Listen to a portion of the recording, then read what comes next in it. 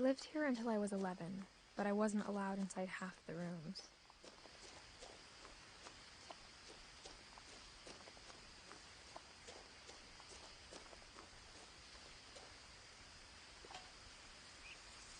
Inside the mailbox were bills from 7 years ago, marked urgent, open immediately.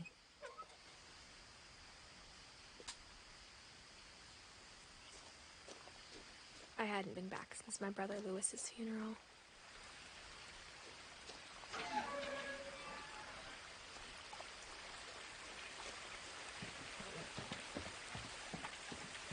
In her will, my mother left me a key, but didn't tell me what it unlocked.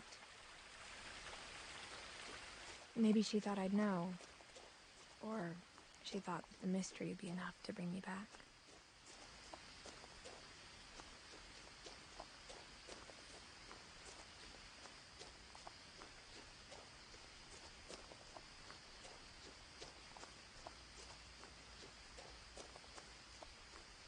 No one had driven this way in a long time, but I saw a few hoof prints.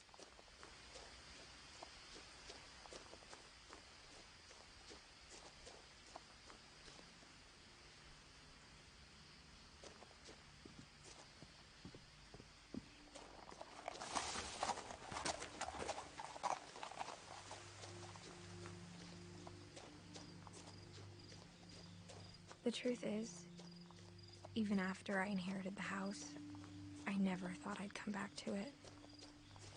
But now I had questions about my family that only the house knew the answers to.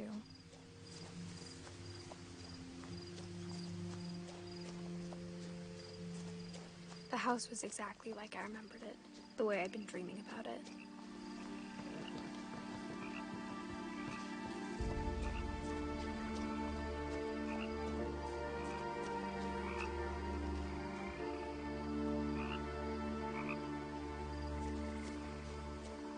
As a child, the house made me uncomfortable in a way I couldn't put into words.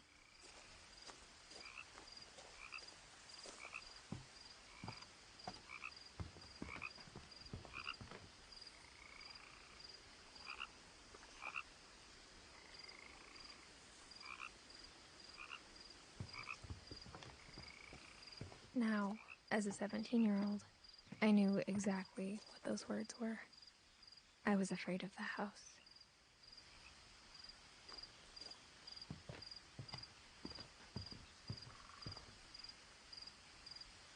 I hoped the key might unlock the front door. It didn't.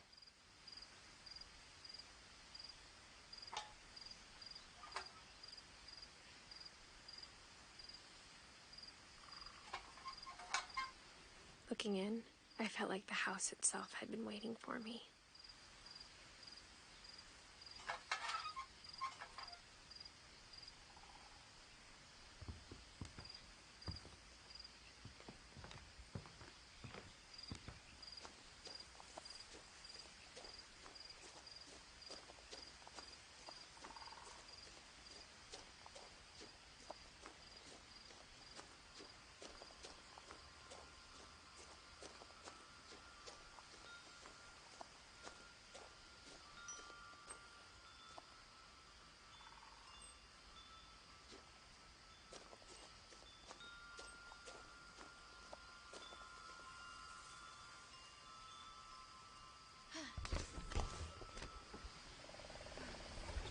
Crawling through the doggy door used to be a lot easier when I was 11.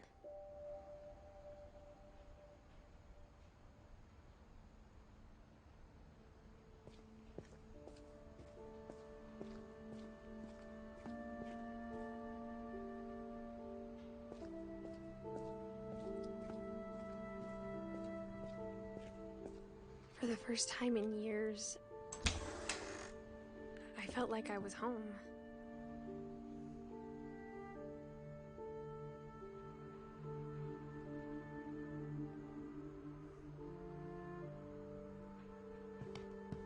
But instead of a family, there were just memories of one.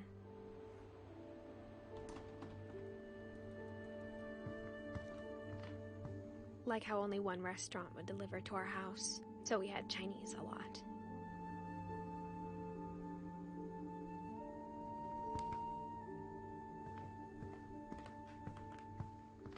Or how after Louis started working at the cannery, we all got sick of eating salmon. Except our cat, Molly.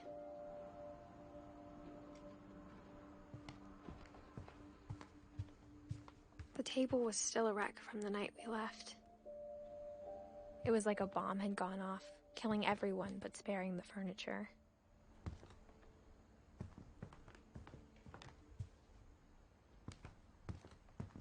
My mom was the only one of us who could imagine Great-Grandma Edie living in a nursing home.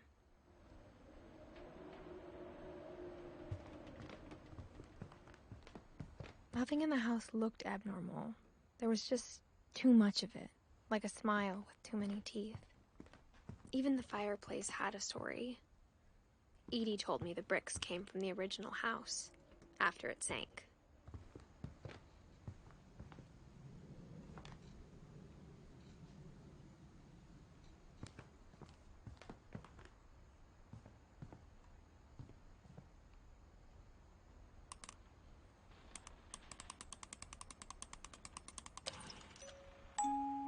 Great-Grandpa Sven built a music box for Barbara, along with the rest of the house.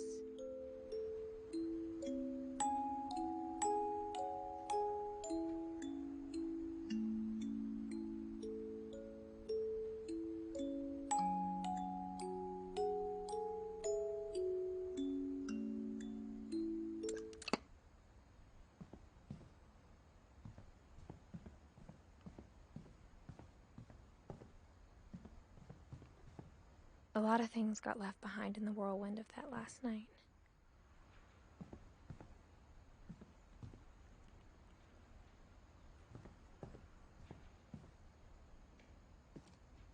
After Milton disappeared, Mom sealed up all the bedrooms. Then Edie retaliated and drilled peepholes.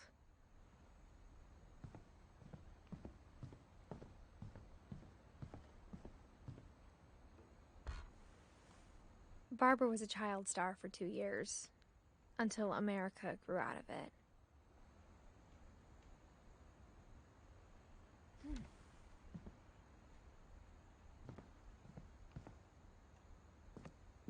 Mom must have locked the third-floor stairs on the night we left.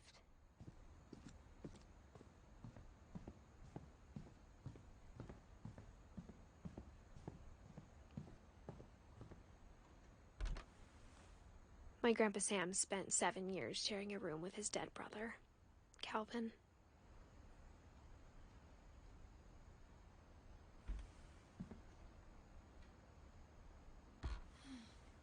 As a kid, I just assumed every house had peepholes and sealed rooms you weren't allowed inside of.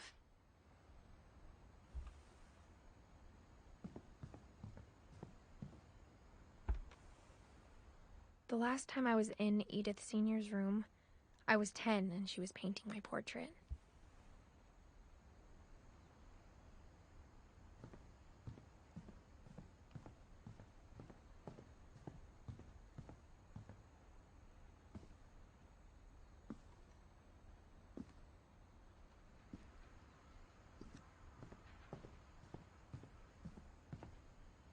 Mom always told me to stay out of the basement, so I wasn't too surprised when the key didn't fit.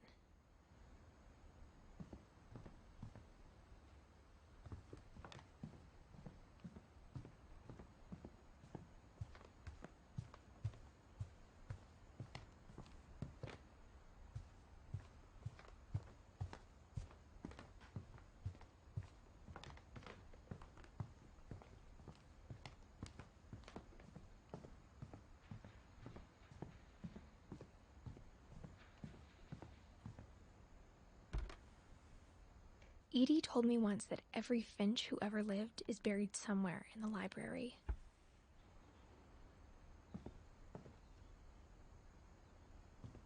My mom wasn't much of an optimist, but she never stopped believing that my brother Milton was alive.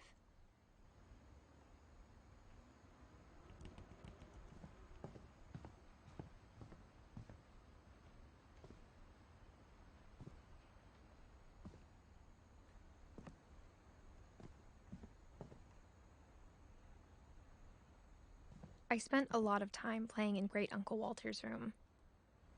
I think my mom sometimes regretted not sealing it up.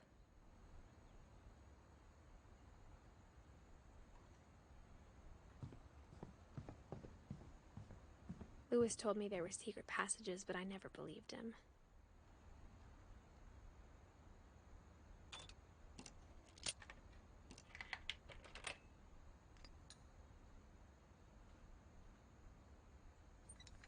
Turns out, my mom was really good at keeping secrets.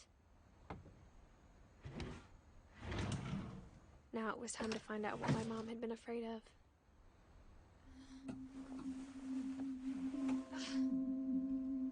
From the paintings on the wall, it was clear my brother Milton had been here before me.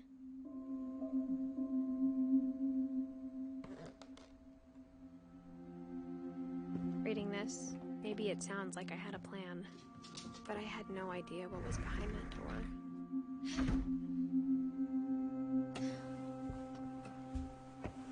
Just like I had no idea where all this was gonna lead.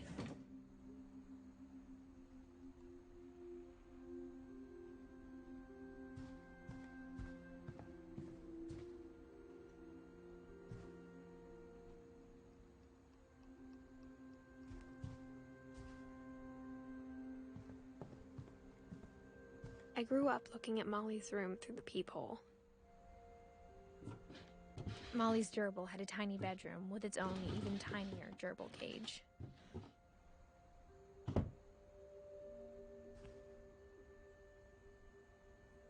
Being inside for the first time, I felt like I'd stepped behind a painting.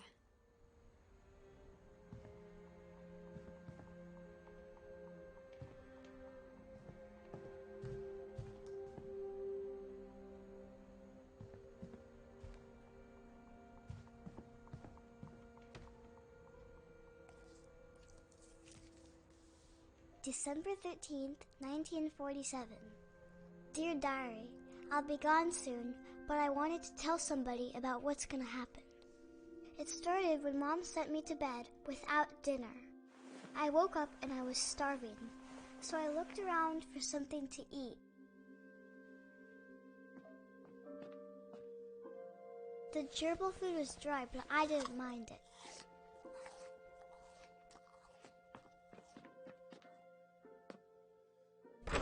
Mom, can I come out now? Sweetheart, it's late. Go to sleep.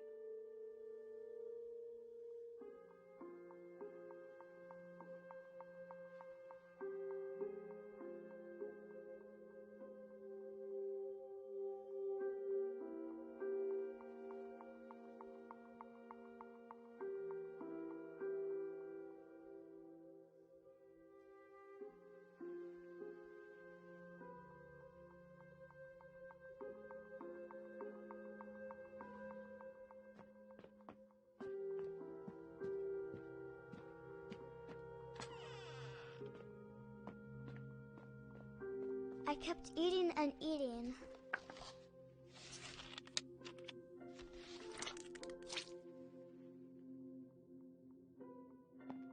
I ate a lot of things that night.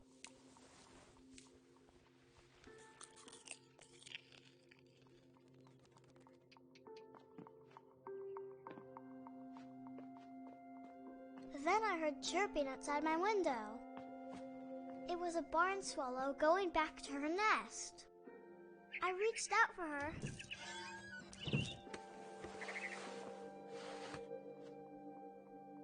And suddenly, I was a cat.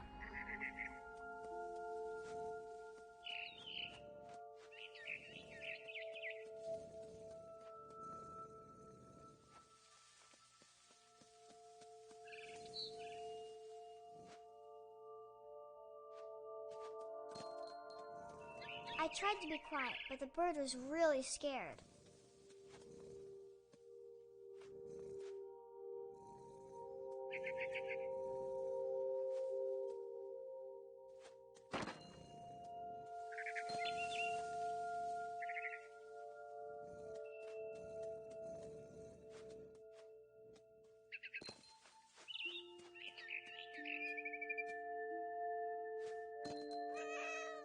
Mom and Dad didn't even look at me.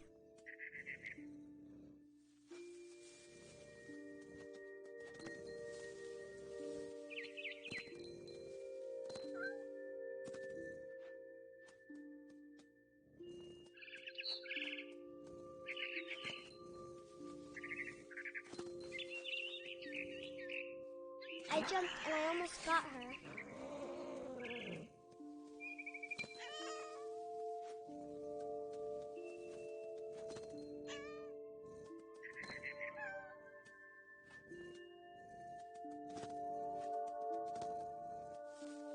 I could tell she was getting really tired.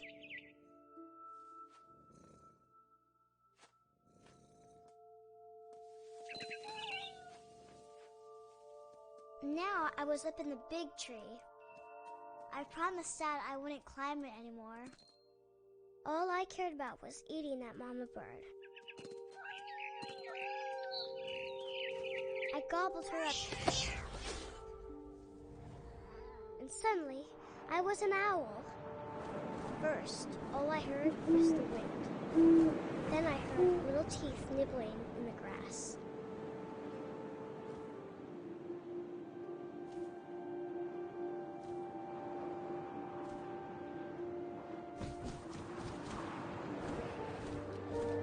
Rabbits.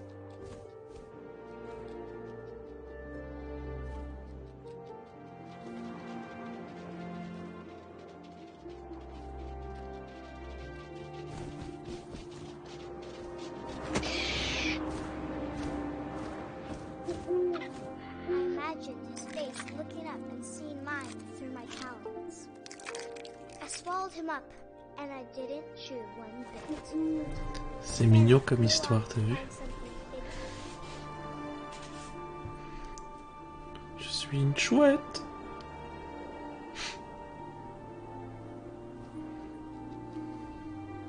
A mama rabbit.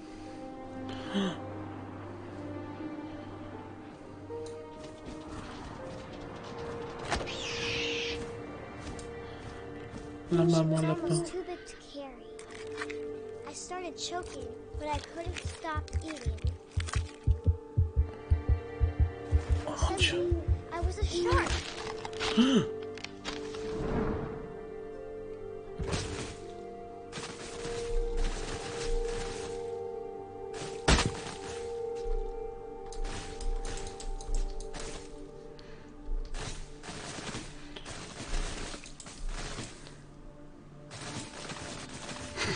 I rolled off a cliff and into the ocean.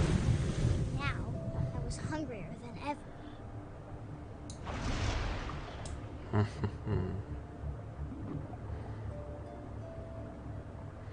Da-dum, da-dum. I wanted fat, juicy seals.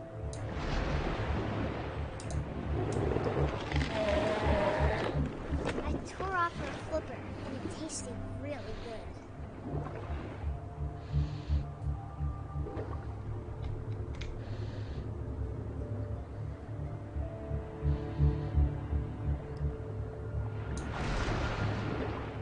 I grabbed on tight.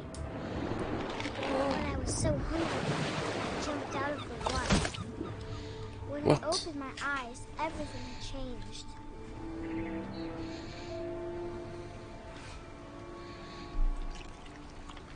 Je suis un serpent. Quoique. Je suis une pieuvre.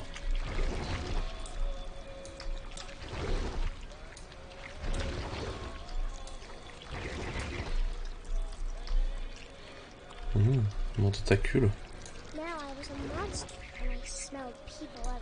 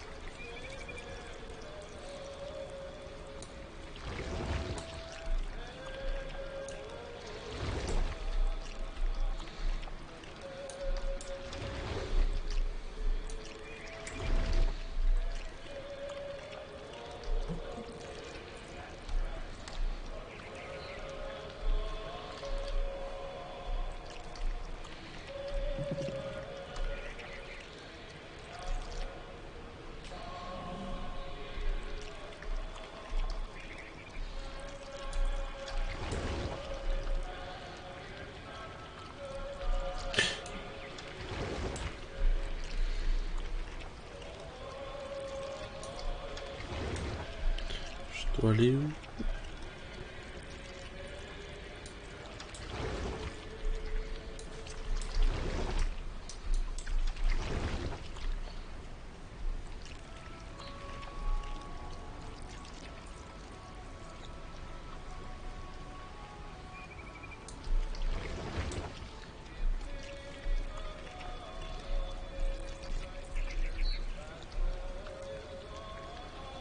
Le camion à gauche.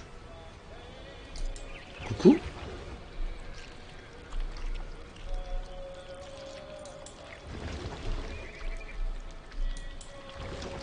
Là? Ah ouais, ouais. Je suis bête. Je passe là? Oh. J'ai cru que j'étais un kraken. But I moved real quiet.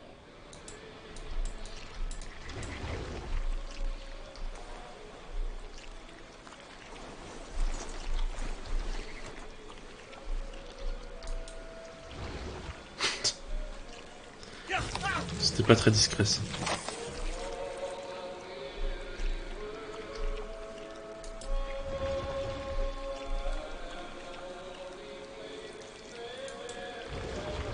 I wanted to stop, but also I didn't.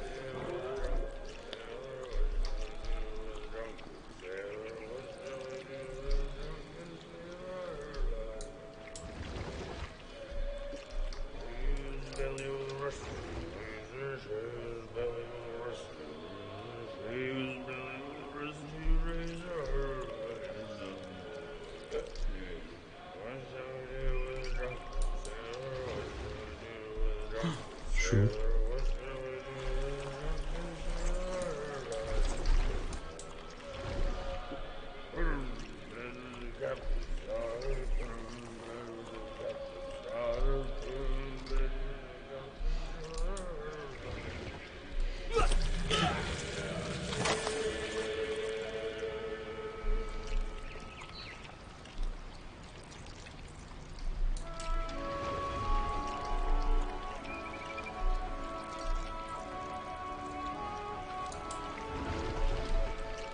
Aïe.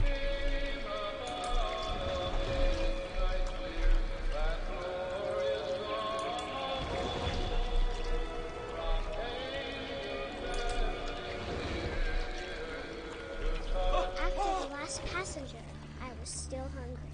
And across the water, I smelled a balloon. Something I had to have, so I swam towards it.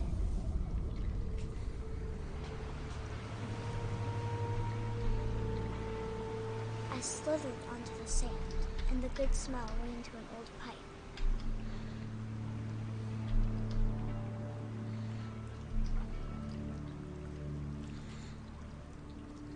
J'ai faim.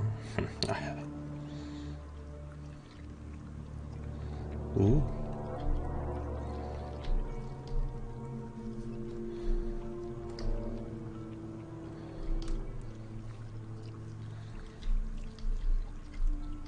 I got closer and closer.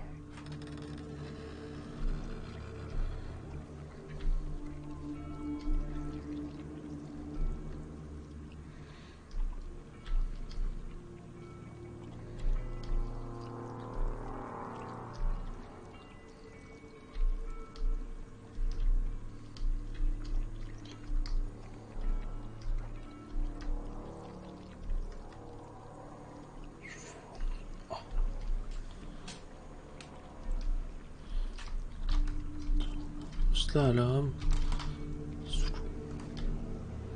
All of my stomach started growling. And suddenly, I was me again. I held my breath for a long time, but I couldn't hear anything. I think it's waiting for me to fall asleep. But it's not going to wait much longer. It needs to be, and we both know I will be delicious.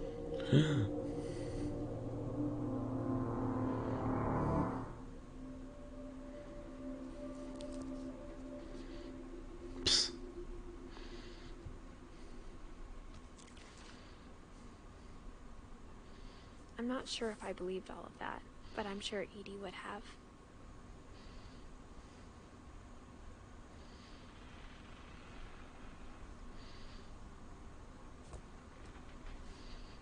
I got the sense Edie had spent a lot of time here before my mom sealed the doors.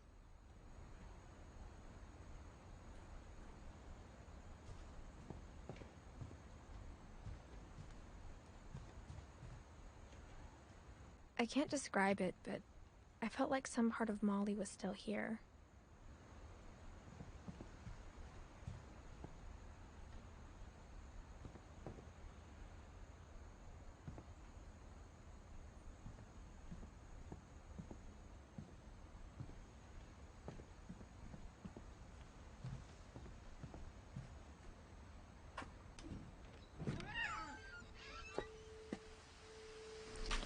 On aimerait tous dessiner comme ça. J'ai vu un chat, j'ai pas rêvé quand même.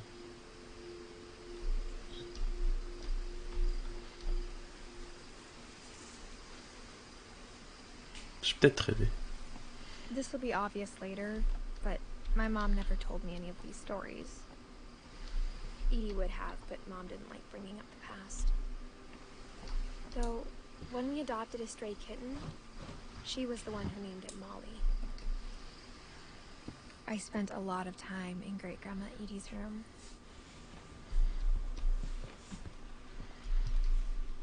We got along, and it was a good place to hide from my mom.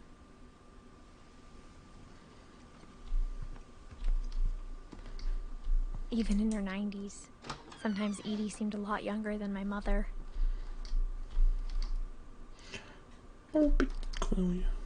The only trace Grandpa Sam's first wife, Kay, left on the house was the pink bathroom. C'est beau. It was a pretty big trace.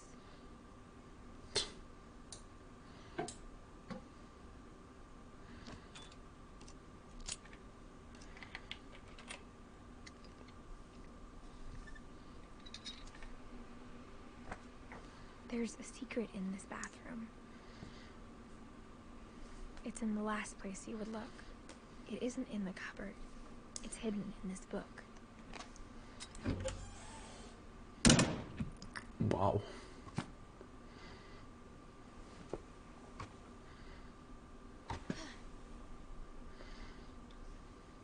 Sven gave Sam an old camera he'd refurbished. He never put it down.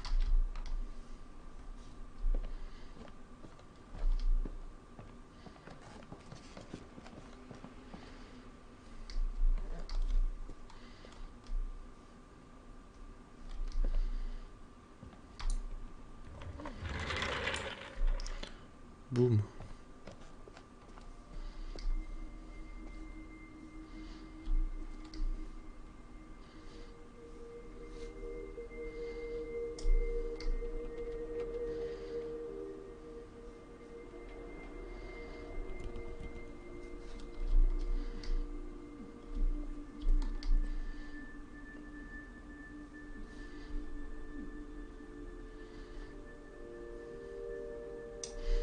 Ah ouais, quand même.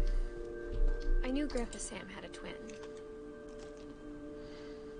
And that he never talked about him. I guess my grandpa didn't like history any more than my Bien mom la did. chambre.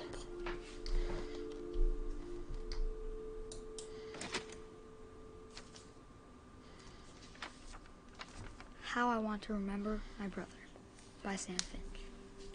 The thing I remember is that when he made up his mind, that was it.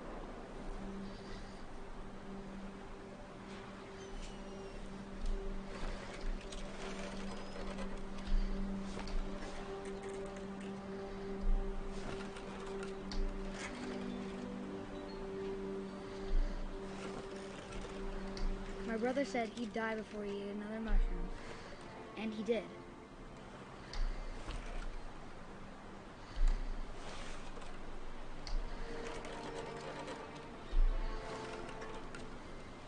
At Barbara's funeral, we swore we'd never be afraid again, and he wasn't. Yippee!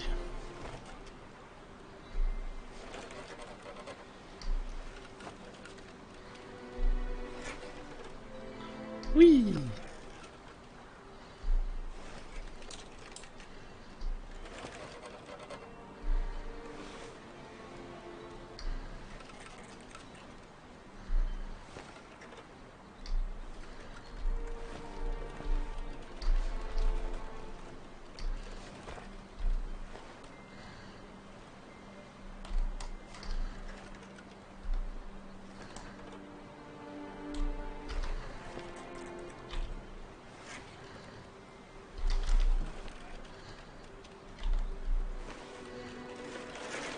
think Calvin always wanted to fly.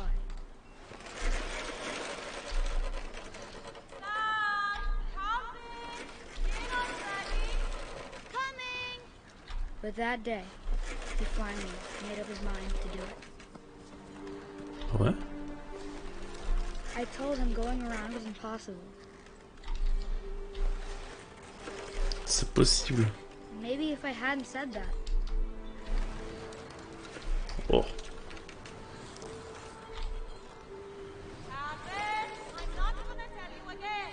maybe if the wind hadn't picked up, then maybe he'd still be here. But I doubt it. I think he'd already made up his mind. That's what I want to remember about my brother. Si j'arrête. Il continue. Hein. Ah non.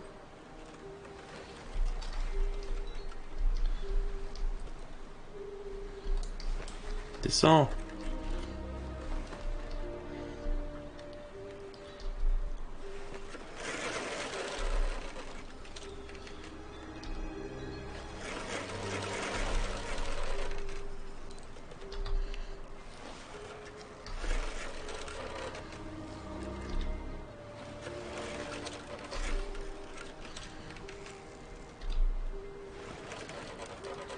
Bon bah meurs.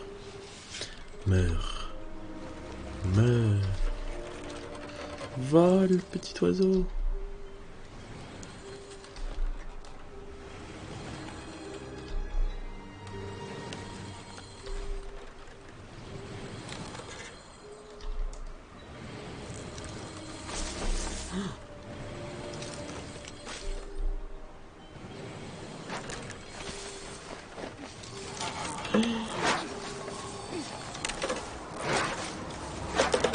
The day he made up his mind to fly. And he did. Oh.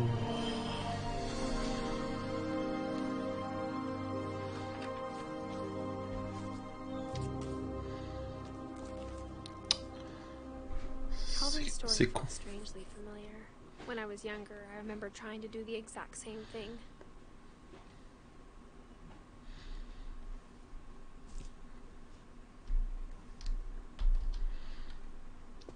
After the funeral, Edie roped off Calvin's half of the room.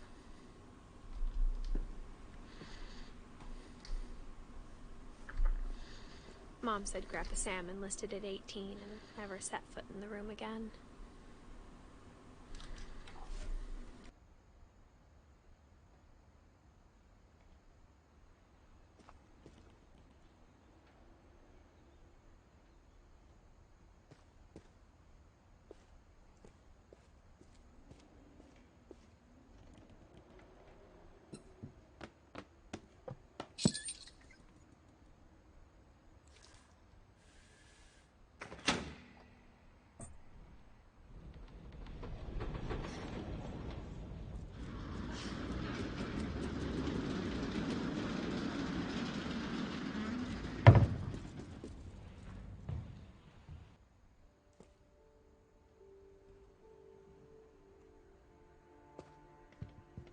The passages were a pretty tight fit.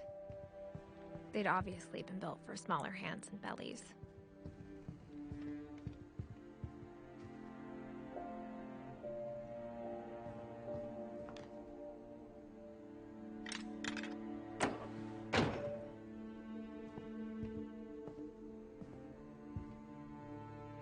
Edie's father, Odin, built the original house. Whenever people ask me about my family, the first thing they always want to know about is Barbara.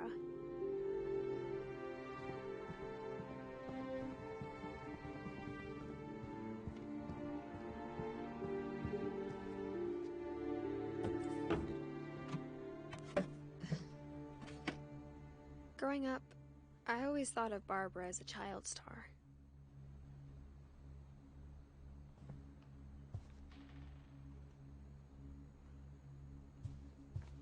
I never thought about how hard it must have been for her afterwards.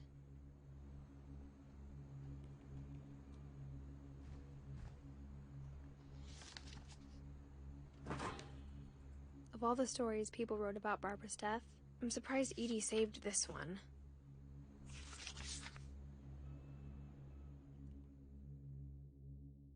Old Jack here with another ghastly tale inspired by America's most unfortunate family. I'm calling it The Surprise Ending of Barbara Finch.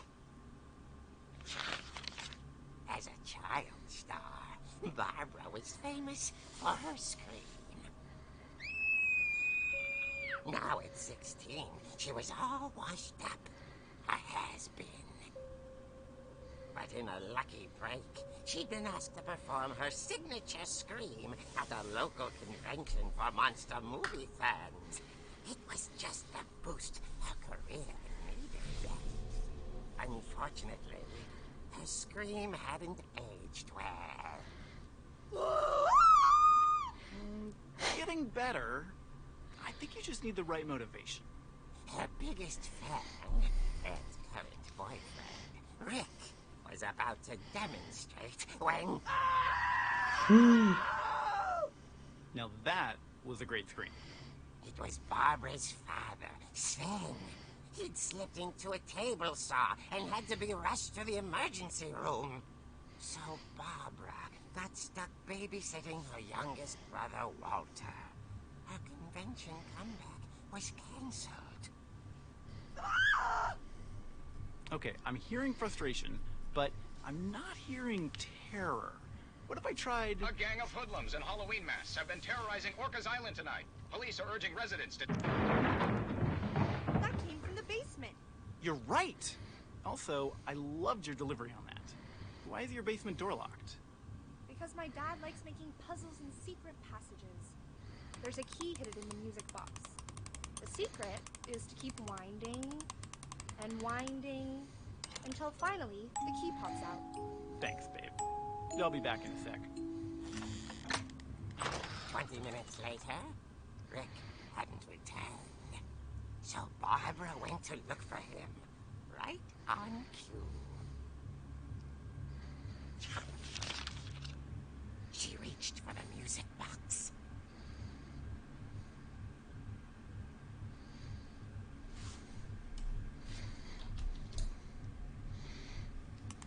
And as she wound the key, she listened for Rick, but the house was silent.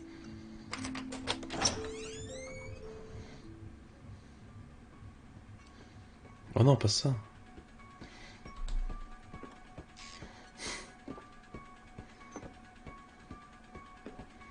Pas cette musique. Scratch and imagine the worst.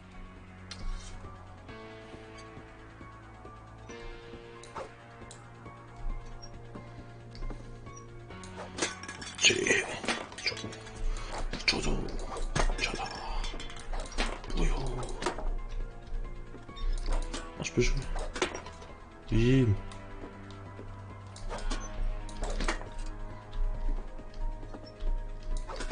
Tiens.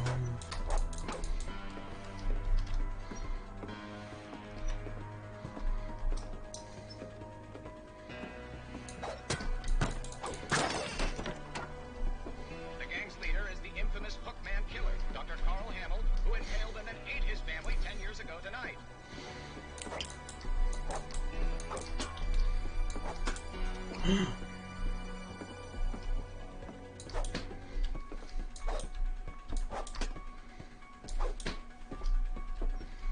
Ok, ok. Tiens.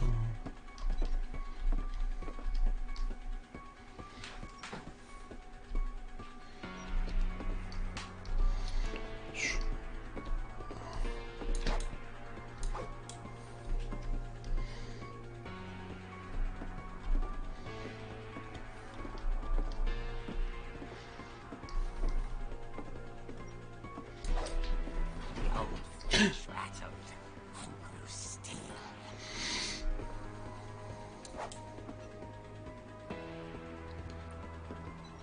Oh dear!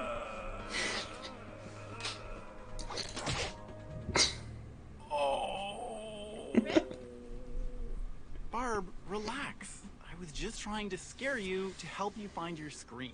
Well, I'm not scared, Rick. I'm furious. Then act furious. All I'm getting from you now is that you're hurt and confused and you... She threw him out, but she kept a little something to remember him by. Barb, have you seen my other crutch? And she was still holding it when she fell asleep watching the late picture show. Hours later... Barbara! Walter, what's going on up there? Ah! Okay, I'm coming up, but if this is a trick, you're dead, Walter. Encore?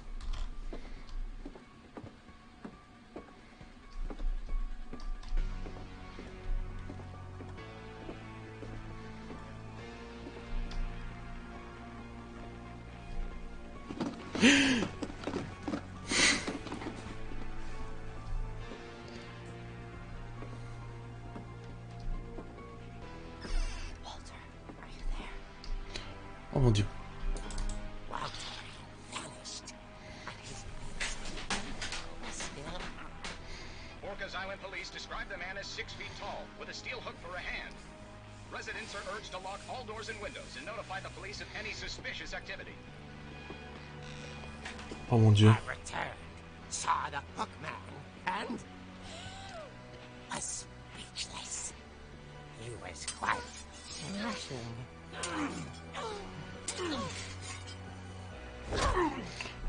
Boum. Because he couldn't get enough of Barbara. Okay, Barbara, there's gotta be another way out of here.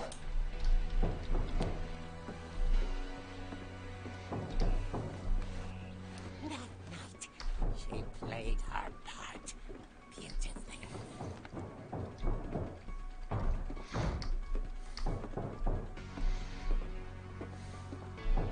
She thought about abandoning Walter, but just couldn't do it.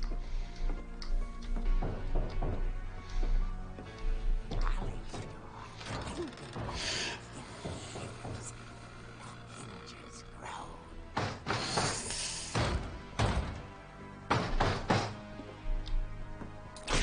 Merde. He wasn't moving, but she sensed the story might not be over yet.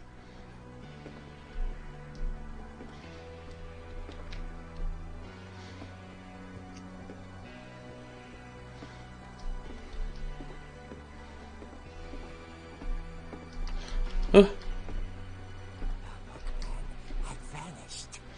She listened for his breathing, but all she heard was...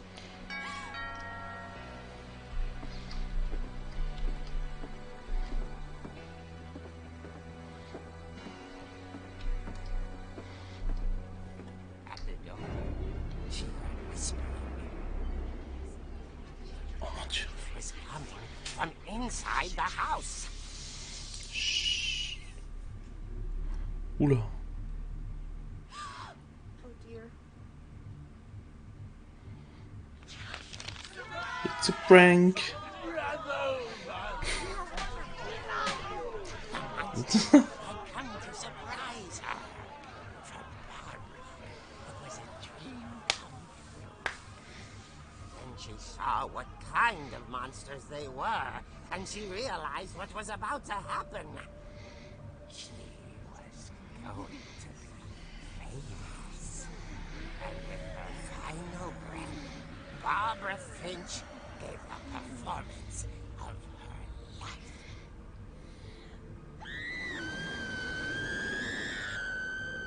I wasn't there myself, but I hear Barbara was magnificent. Poor girl. She had a taste for stardom. But unfortunately, so did her fans. Of course, the police blamed it all on poor Rick, who disappeared the same night. And little Walter, hiding under his bed the whole time. He took it all pretty hard, but that's another story. music box was all they ever found of her. Her ear. Yeah. Now that's what I call a real eerie tale.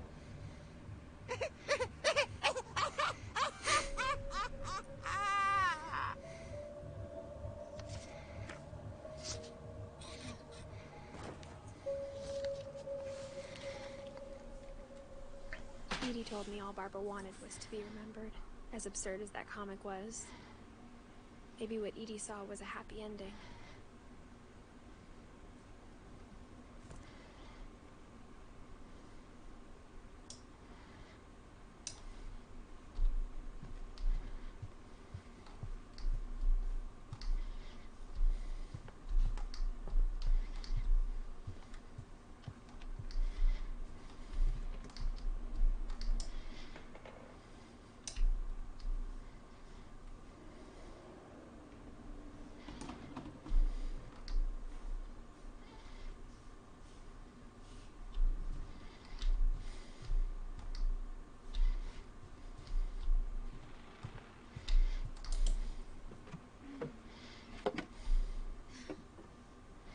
I guess now I know why Mom didn't like me playing with the music box.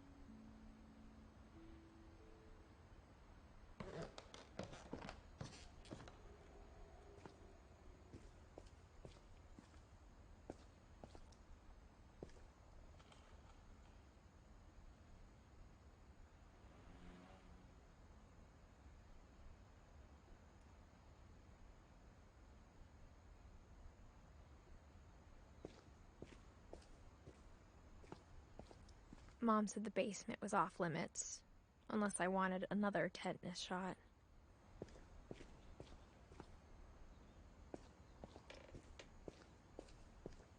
I saw Edie sneak down to the basement once, carrying packages. I thought maybe she was hiding presents. It turned out she was hiding a lot more than that.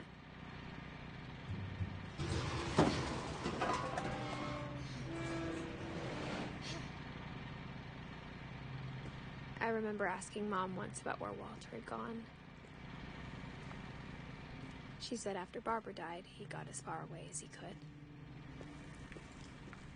If there's a pattern in all these stories,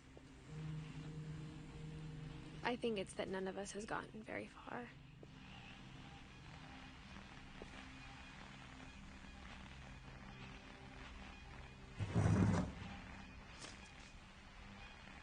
Goodbye, everyone. I can't believe I've been down here for 30 years. On that first day, after the shaking started, I didn't think I'd survive a week.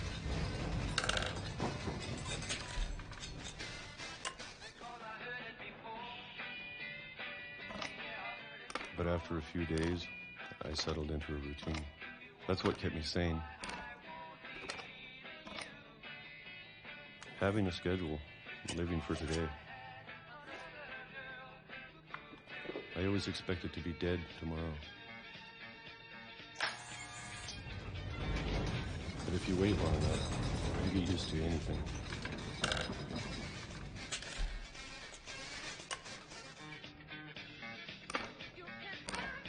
Even a monster on the other side of the door starts to feel normal. Almost friendly.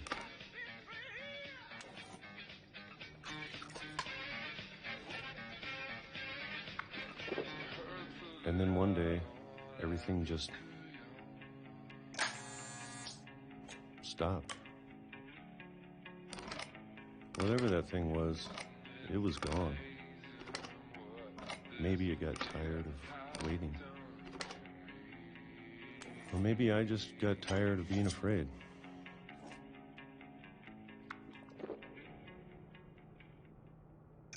It's been a week now, the longest in 30 years. I'm done waiting.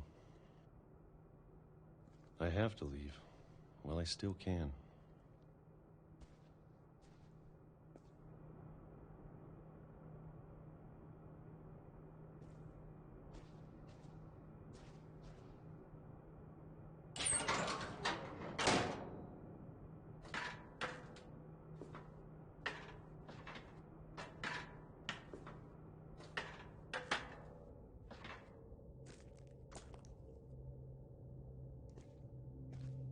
I know it's out there, somewhere. Whatever killed Barbara and Molly and Calvin. Maybe this is all a mistake. But I need to stop living the same day, even if it kills me.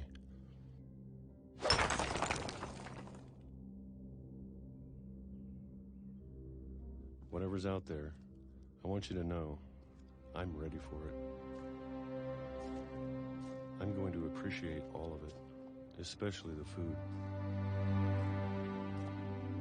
I don't mind if I only have a year left, or a month, or a single week. I'd be happy with one new day. I can already imagine the sun on my face.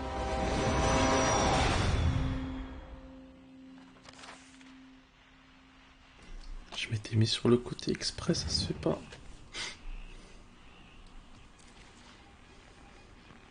Walter died when I was 6. I can't believe my mom never told me he was down here.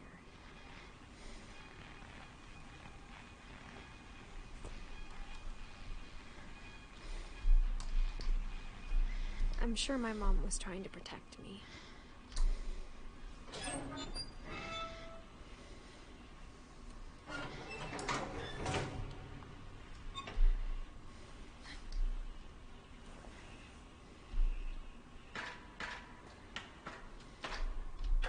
Maybe she was afraid I'd end up like Walter.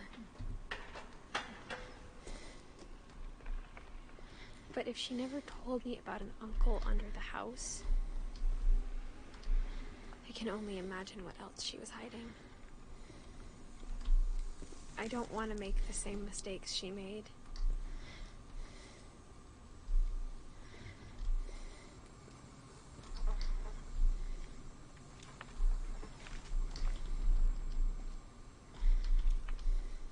Trying to bury something that's still alive.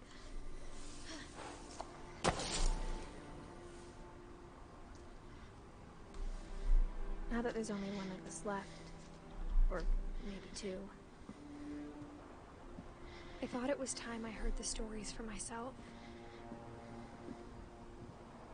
and found out what happened to everyone else. But now I'm worried the stories themselves might be the problem.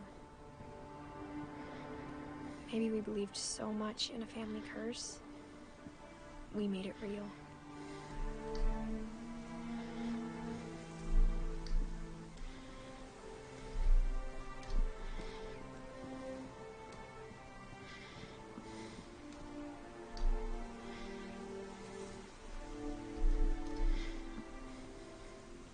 I don't know if I should even be writing this.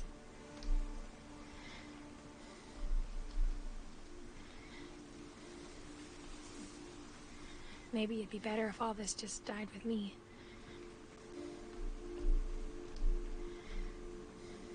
But I thought you should know about your family.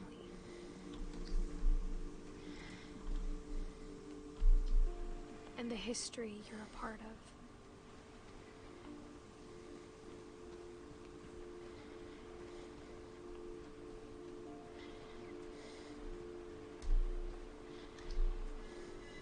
Though to be honest, I feel as lost as you probably do right now.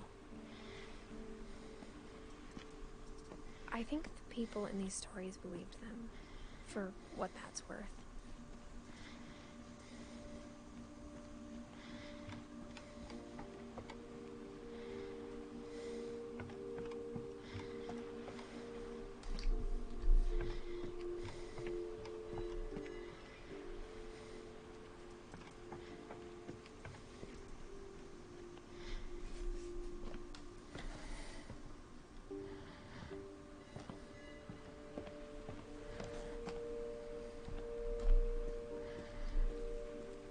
You look at the house, that history of imagination and stubbornness and madness, any of it seems possible.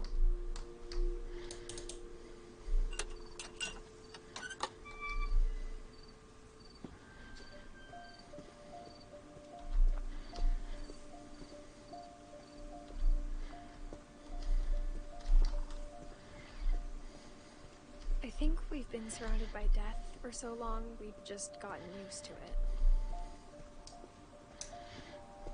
What kind of family finishes building a cemetery before starting the house?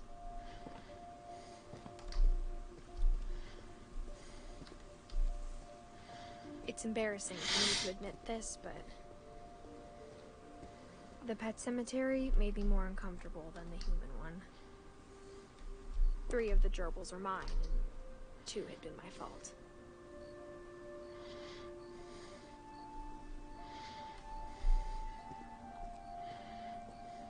Sven built the house, but it was Edith who designed the cemetery.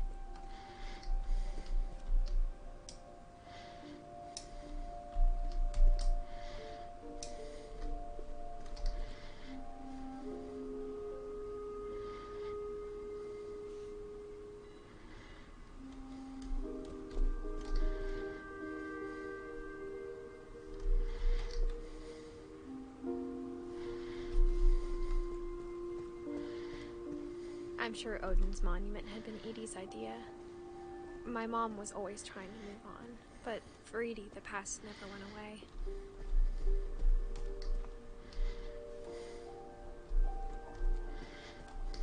She could see it poking out of the water at low tide.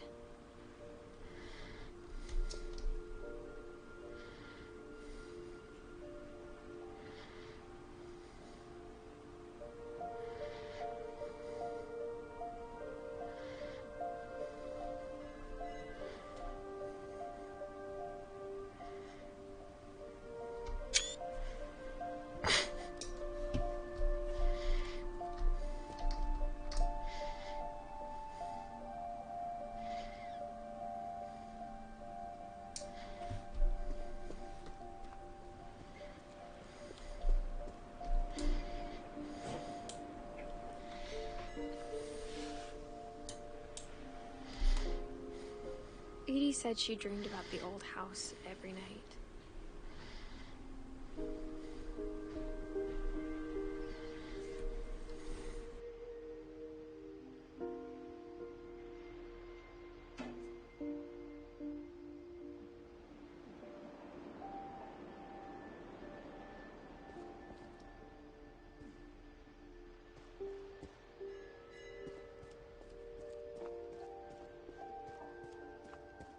Edie's side was always easier for me to understand. But the older I get, the more I can see where my mom was coming from.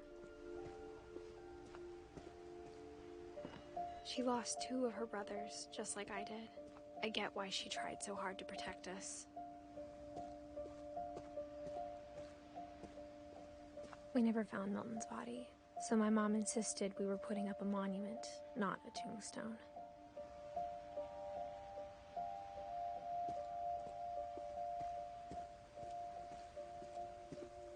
There's so many things I wish I could ask my mom now.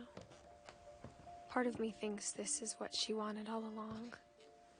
For me to come back someday and find everything out for myself.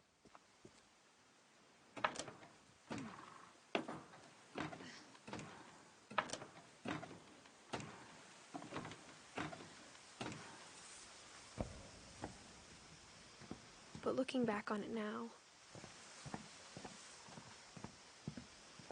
if she told me there was going to be so much climbing, I never would have come when I was 22 weeks pregnant.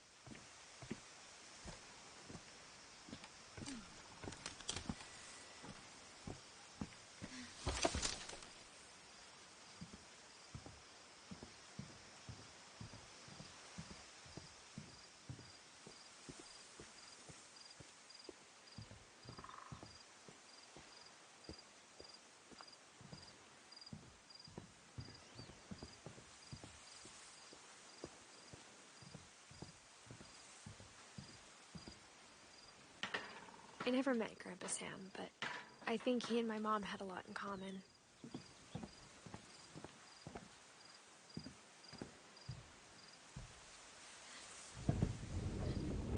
They were both pretty intense. Instead of hiding from death, Sam seemed to go out of his way to meet it.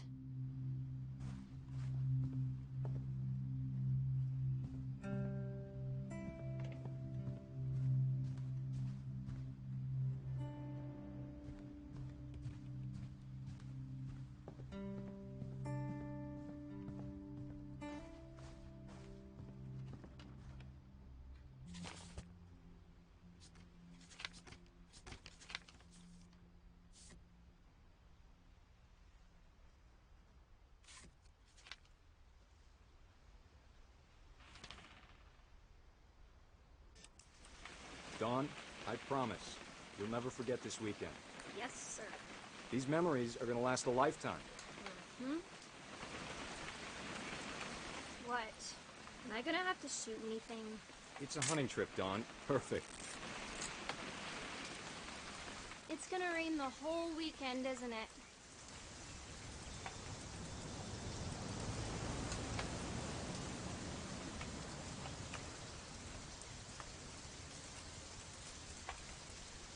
Please just take the damn picture. Hey, language. I will never forget this weekend, Dad. That's the spirit. Okay, got it. I'm gonna take some pictures, okay? Just be careful. The camera's older than you are. Hey! That's a keeper. Definitely should not have drunk all that coffee. I'm just saying, I'm not always gonna be here, Don. You'll need to remember this stuff, if you want to survive. I'll be fine, Dad. You know who else thought he was gonna be fine? Some guy who died. Don, I'm being serious. I know, Dad. You're always serious. Doesn't being out here make you want to chill out? Well, to tell you the truth, I haven't been out here in 20 years.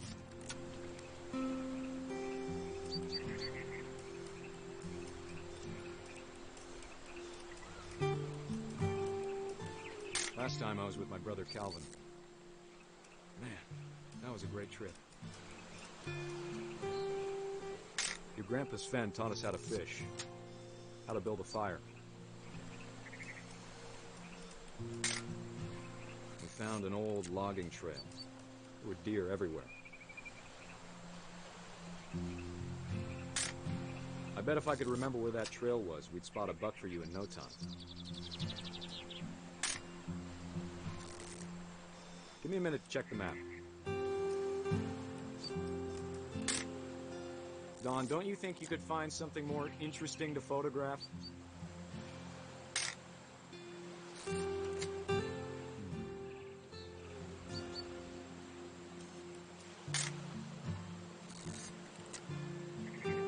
Let's see.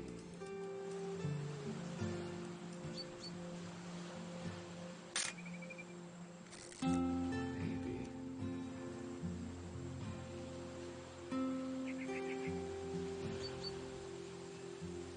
Was it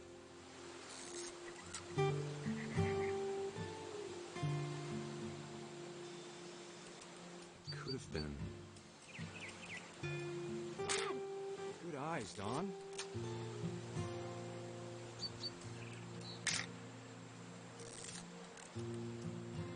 Before you take the shot, let me get a picture of you. Dad, I... Just breathe. Turn off your imagination. Let me get behind you.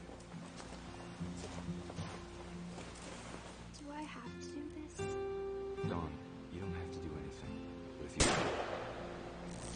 Great shot, Dawn!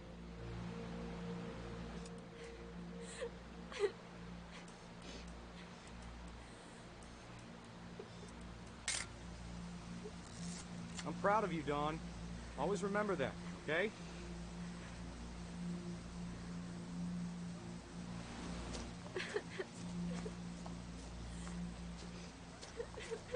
Sorry, Dawn. Just gotta reset the timer.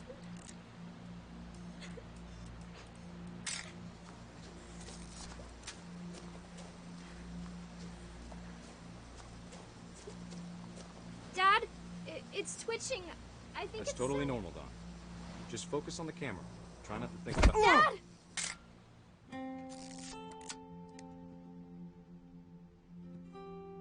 Oh my god.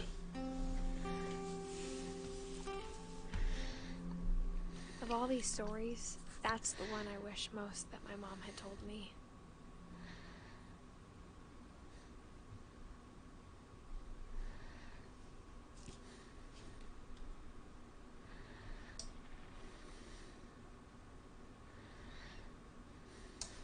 Sam spent his life shooting photos, but Mom said he got nervous being in front of the camera.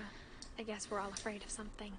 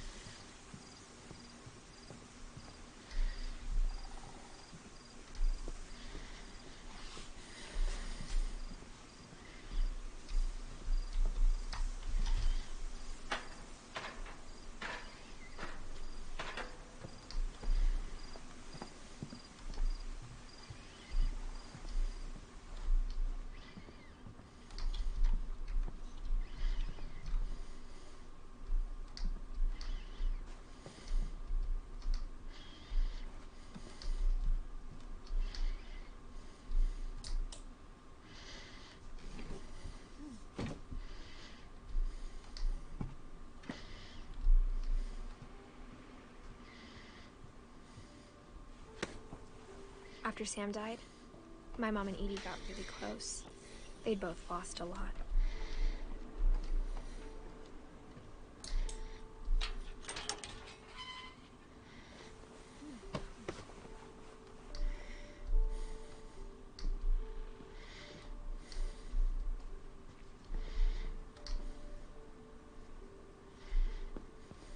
I can't imagine my mom ever writing poetry, and yet...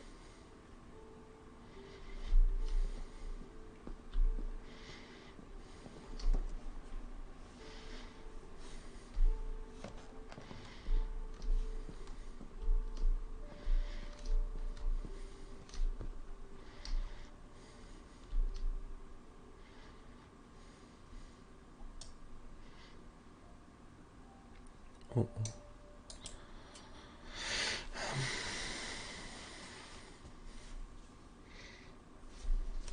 Dear Kay, do you remember the way Gregory used to laugh when he thought he was alone? Like Something funny was happening, but only he could see it.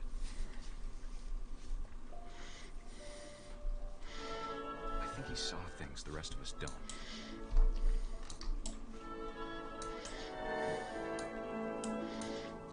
Rock.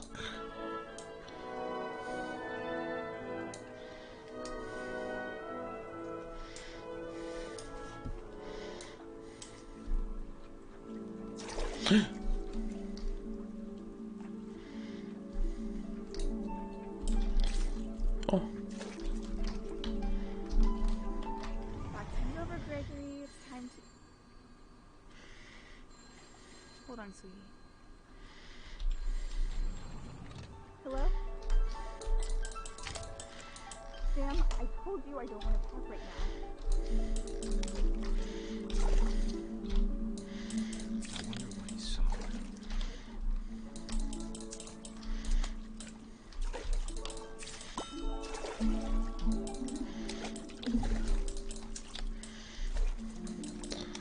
What his world was like.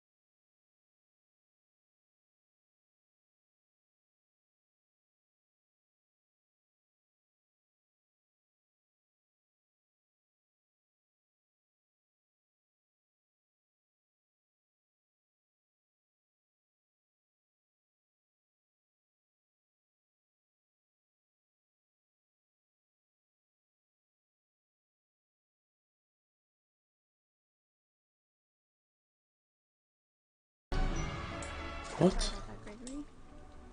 I know you did everything you could. Maybe if I hadn't called that night. Damn it. Hold on, I don't want Gregory to hear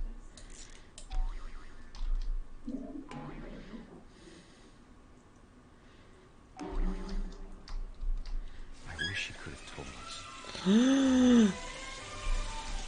About the world he saw. Non. Va-t'en, va-t'en. There's so much I don't understand. About Gregory. About everything.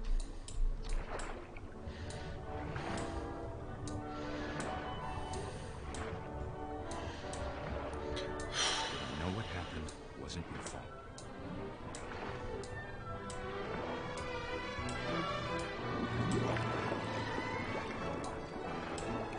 I'm sure he's happy. And he'd want you to be happy too. Good luck, Kay. Sam.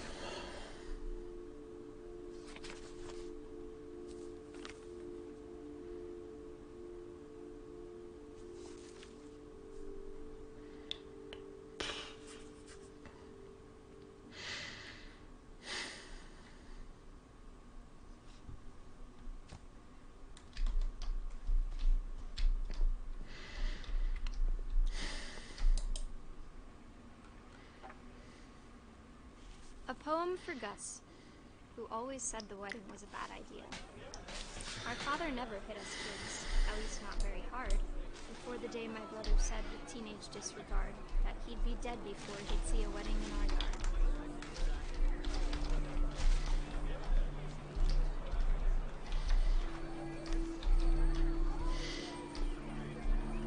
My father made him come, of course, but Gus stood far apart, just flew his kite and bottled up the storm inside his heart.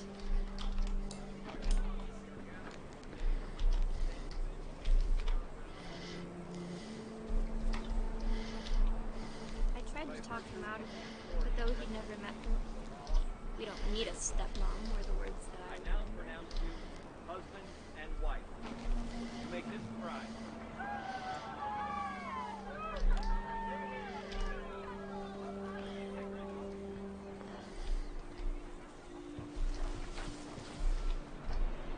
When the time for photos came, Dad ordered him to come here. But Gus declined, and as a sign held up his middle finger.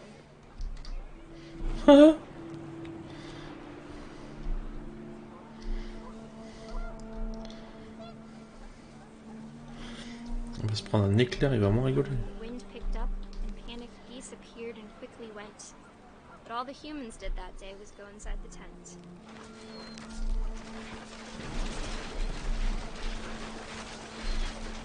Oh my god. In buckets then, but no one seemed afraid that nature might destroy the tent our dad had crudely made.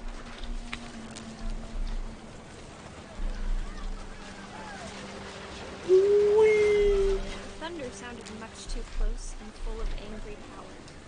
But all my father said to this was, "Make the music louder."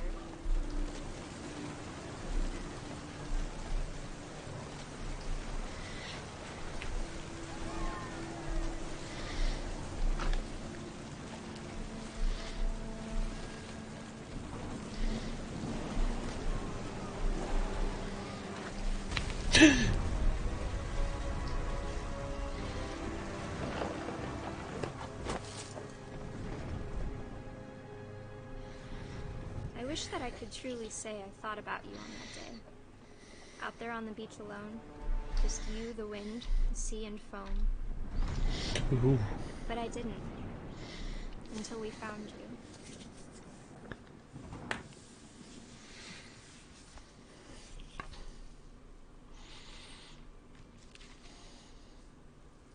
She never talked about him, but Mom told me once if I was a boy, they were going to name me Gus.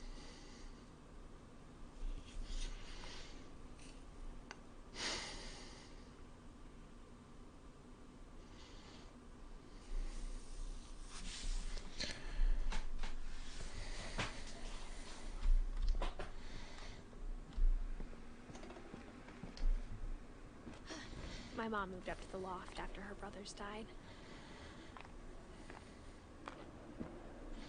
At the time, it was as far away as she could get.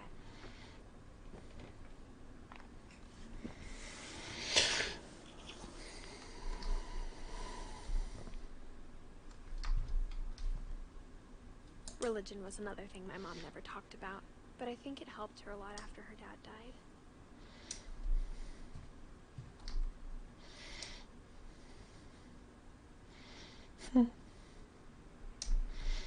She spent a summer building houses in Calcutta, where she met my dad, Sanjay.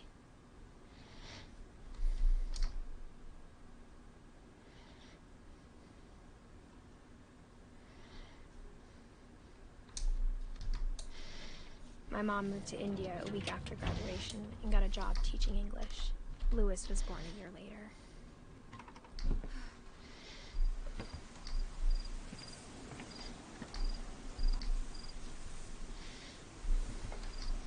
When my dad died, I don't think Mom knew where else to go. I'm sure Edie was happy to have her back.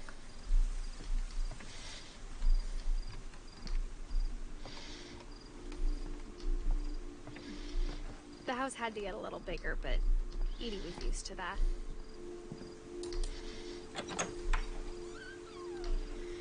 And for a while, things were good. Almost normal. But it didn't last.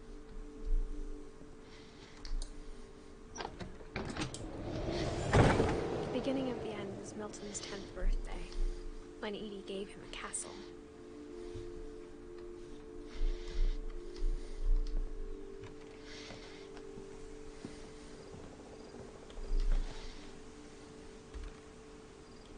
After Milton disappeared, the only thing he left behind was a room full of paintings.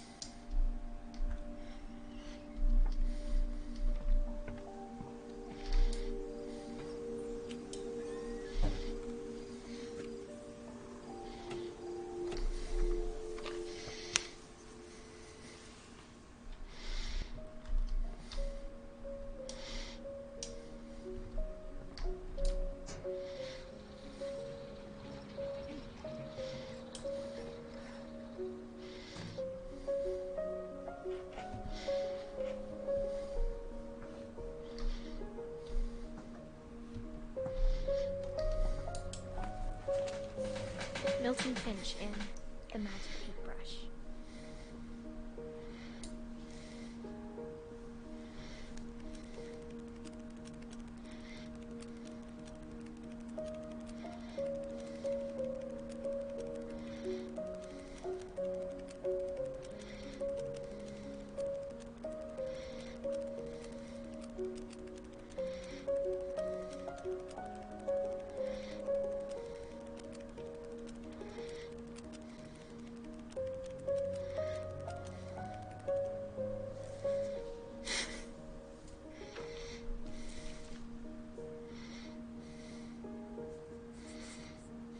I was 4 when Milton disappeared.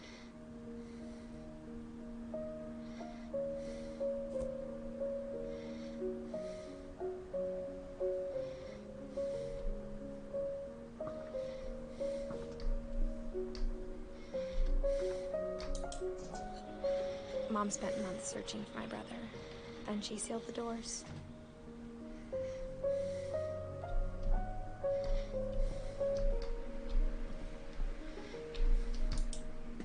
Whatever Milton had found in the house, Mom didn't want it getting out.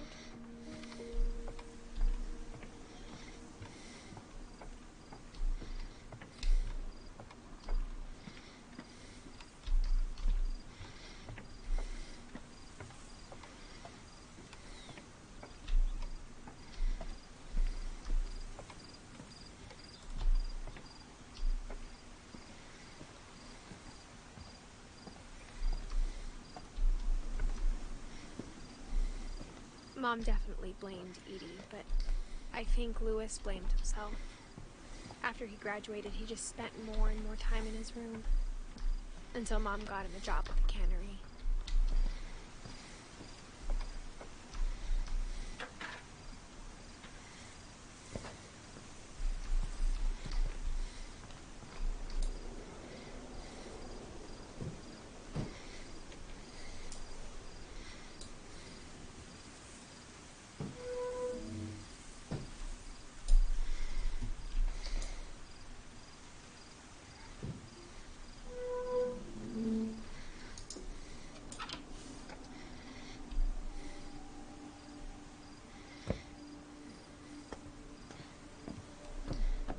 Louis's room smelled very, very familiar. That part of him lived on.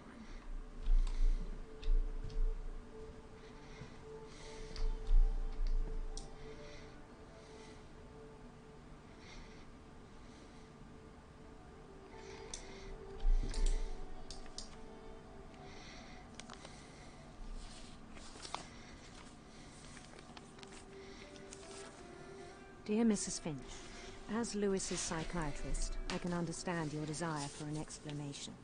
As I see it, the trouble began in January, shortly after we convinced your son to seek treatment for substance abuse.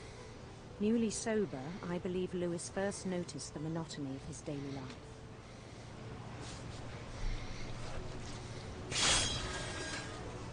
He kept working at the cannery, but he withdrew part of himself. In our sessions, I saw the same behavior. His mind began to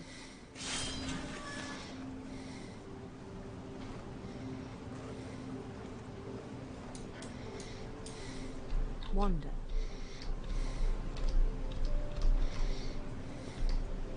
I asked him to describe it. He said he started small, imagining a labyrinth. He'd feel his way about.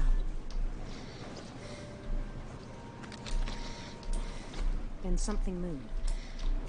Bats. And toads.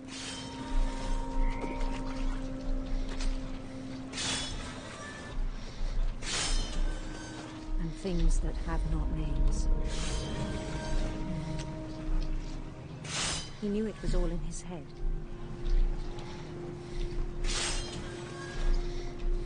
But he took it very seriously. I had hoped he'd find himself.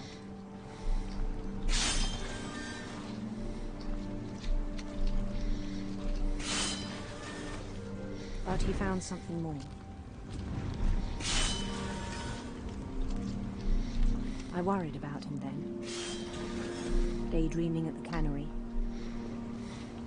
I spoke with his boss. But he said Lewis had become a model employee. Methodical, tireless, focused. Like a whole new Lewis. So I let him go on.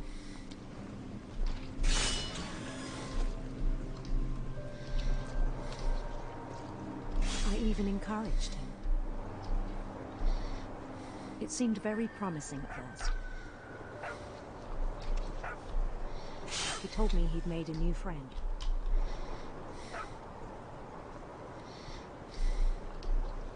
On the edge of a city he named Lewis Topia. He built the city up slowly, brick by brick. Then he made musicians.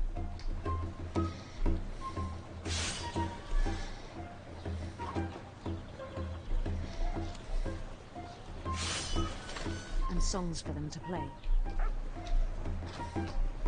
He talked about starting a band.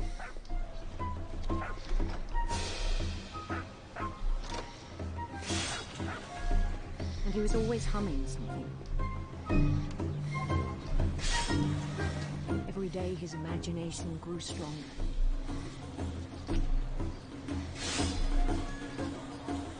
He no longer spoke at the cannery. But his chopping was as reliable as ever. Then one day it struck him that all the cheering crowds, even the stones under his feet, were all in his imagination, so he could do whatever he wished.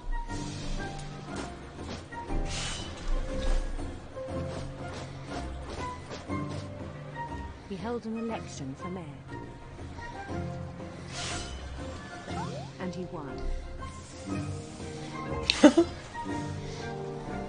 They begged him to stay, but his mind was already wandering. It became a game for him.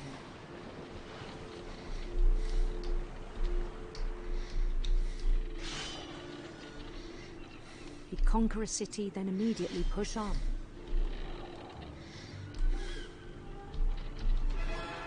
New Louisville.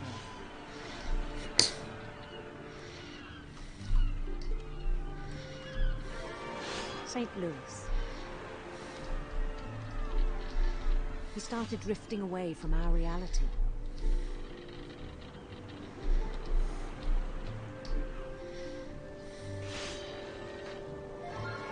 Minneapolis. Until one day he forgot to go home from the cannery. Even as his mother pleaded with him, part of Lewis kept sailing on.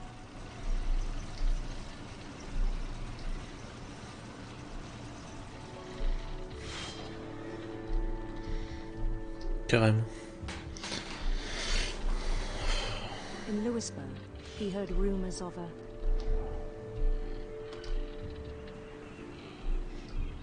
handsome queen.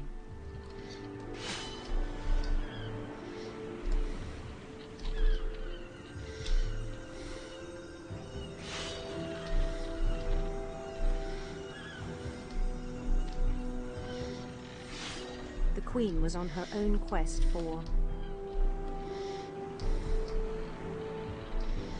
radiant rainbows.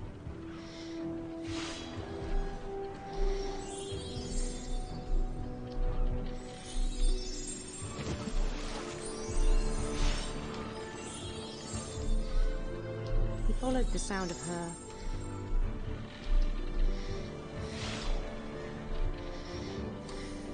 silver harp.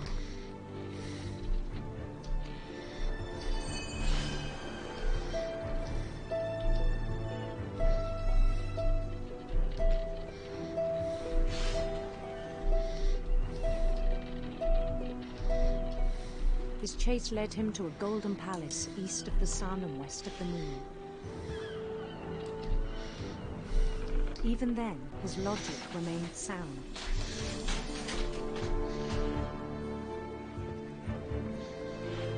He knew the world was all in his imagination.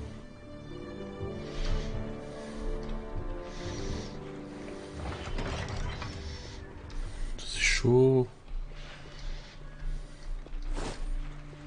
But he was so proud of having created it. In his own eyes, he'd become something greater than a king.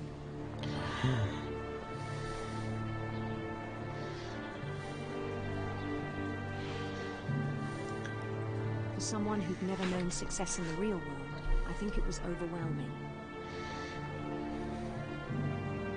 And then it struck him that the real Lewis was not the one chopping salmon, but the one climbing the steps of a golden palace.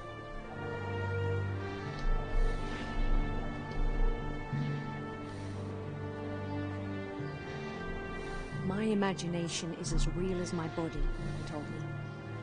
It was hard to argue with him.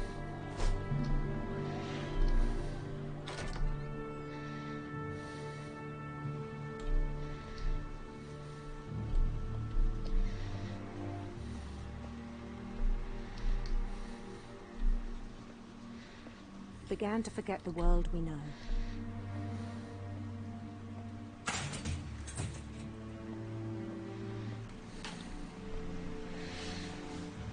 I think it pained him to remember Lewis, the cannery worker.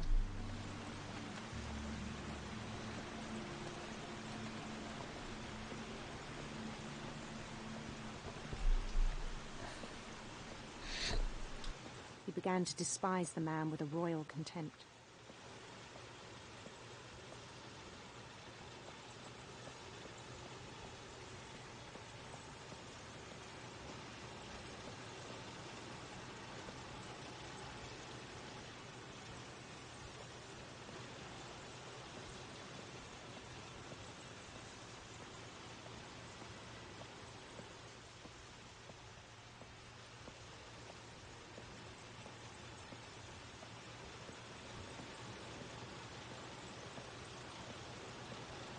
I still thought I could save him. Even after he said he was being crowned king over all the lands of wonder. The palace would be packed with his companions.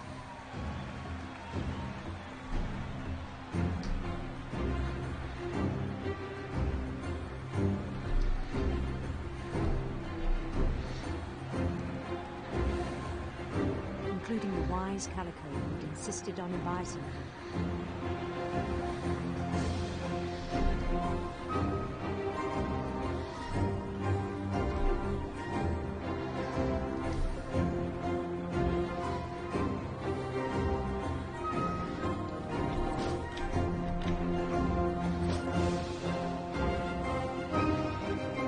His queen waited, holding his crown.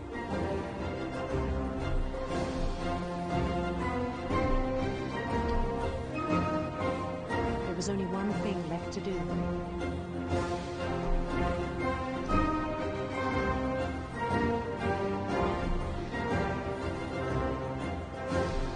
Bend down his head.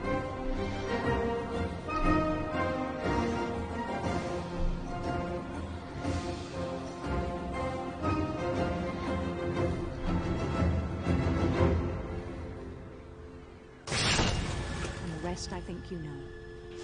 Mrs. Finch, your son was a kind man who will be missed by all of us who knew him.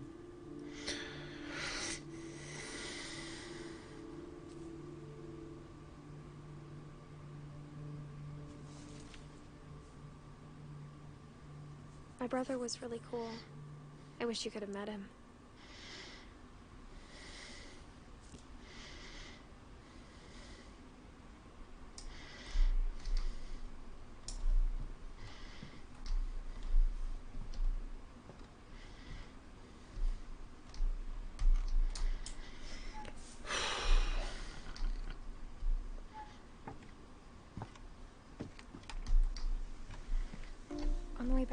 Lewis's funeral, my mom told me to start packing. She waited until the day before we left to tell Edie. I'm not sure if she wanted to make it easier or harder.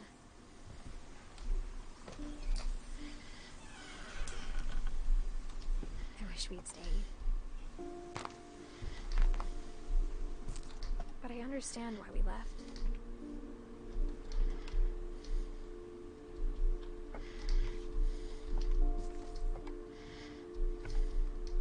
My mom ended up leaving everything behind.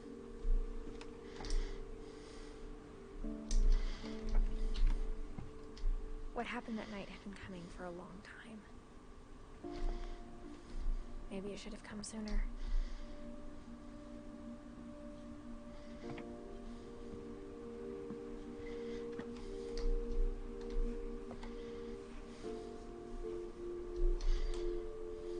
But it had to end one way or another.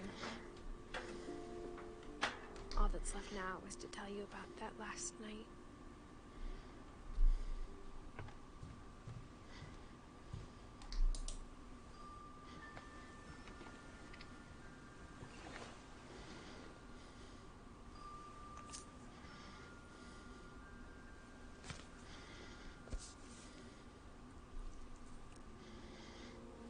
That whole last day, Edie just watched us pack and didn't say a word. Until supper, when she raised her glass and said, "To our final night together, and all our final nights apart." Grandma, you know what I said about alcohol. Some of your medications are very Edith, specific. I left a present for you in the hallway. Why don't you go open it? The grown-ups have to argue now. I'm sorry, you're right. We're all leaving tomorrow. Let's just enjoy our last... I'm not leaving. Edith, you're excused.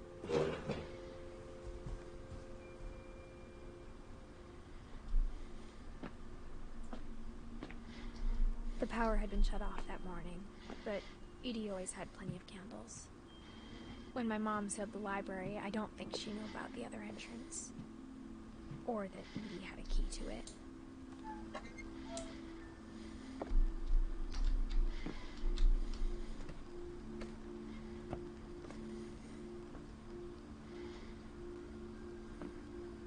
The thing you're afraid of isn't going to end when you leave the house. Edith has a right to know these stories. My children are dead because of your stories. I think it's best if Edith and I leave tonight. We'll have the nursing home send a van for you in the morning. Okay?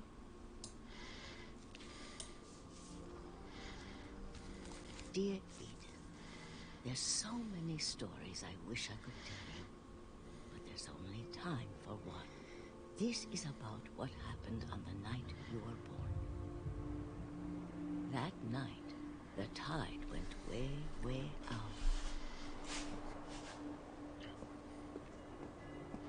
It was the first and last time I ever saw the old house aground.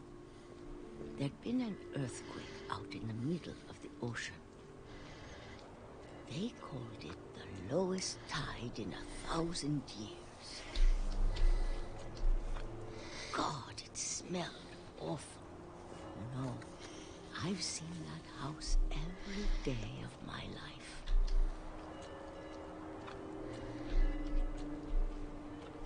But I never thought I'd go back to it. When the fog rolled in, I lost my way.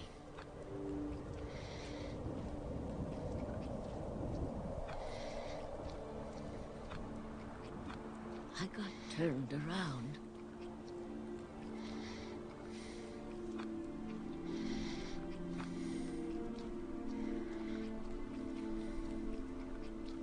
I started seeing things.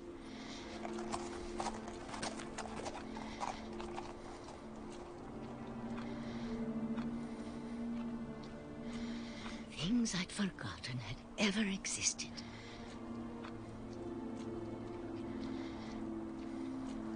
But when I saw them, they felt like old friends. That night, a lot of things came back to me. Or maybe I came back to them.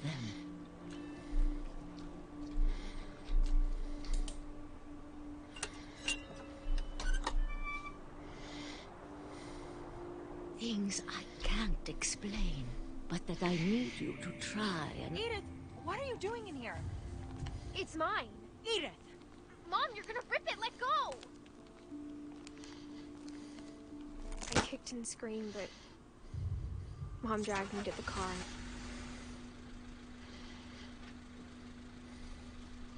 I never saw Great-Grandma Edie again. The next morning, the band came to pick her up, but she was already gone. After that, we moved around a lot.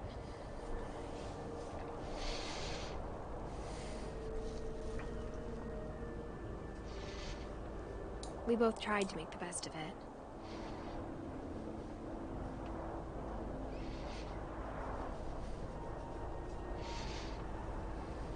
A few years went by.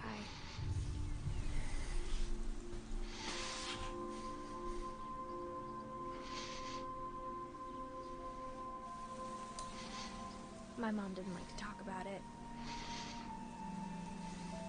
but she started getting sick a lot. The rest happened pretty quickly.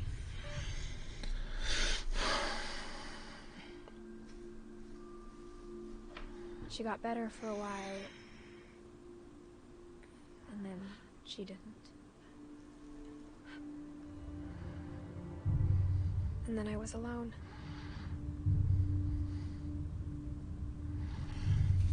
The last Finch left alive.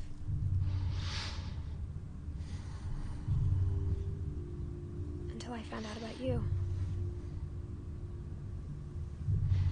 I'm still not sure what to tell you about all this. If we lived forever, maybe we'd have time to understand things.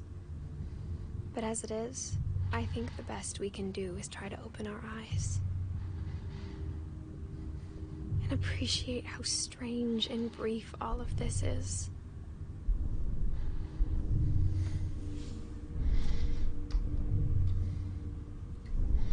This journal was supposed to be for you. But now I hope you'll never see it. I just want to meet you and tell you all these stories myself. But I guess if you're reading this now, things didn't work out that way.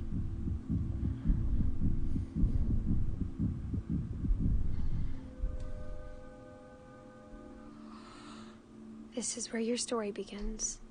I'm sorry I won't be there to see it.